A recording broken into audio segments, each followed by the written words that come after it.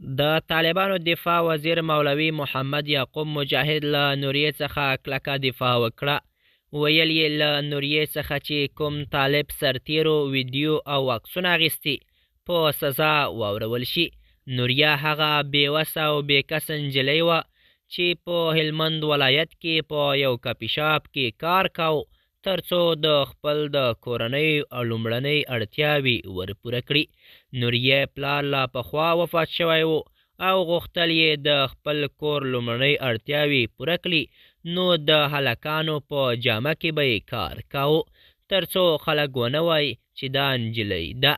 نوریه هغه بېکسه نجلۍ ده چې د طالبانو له سرتیرو لخوا نیول کیږي، ویډیوګانې او عکسونه ترې اخیستل کیږي.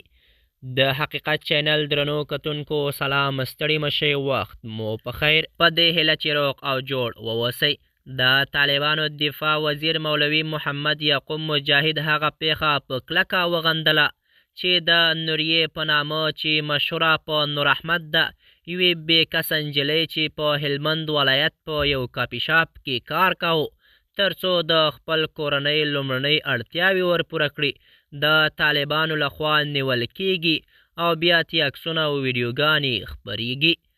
نوریه هغه بېکسه او باهمته نجلۍ وه چې د هلکانو په جامه کې به کار کاوه تر څو د خپل کور لومړنۍ اړتیاوې ورپوره کړي. د نوریې پلار لا پخوا مړ شوی و او د کور سرپرستي ور پر غاړه وه، نو په هلمند ولایت کې د هلکانو په جامه کې په یو کافي شاپ کې کار کاوه. د حقیقت چینل درنو کتونکو، زموږ د نن ورځې چمتو شوی خبر تر همدې ځای و. تر بیا مو په الله سپارم.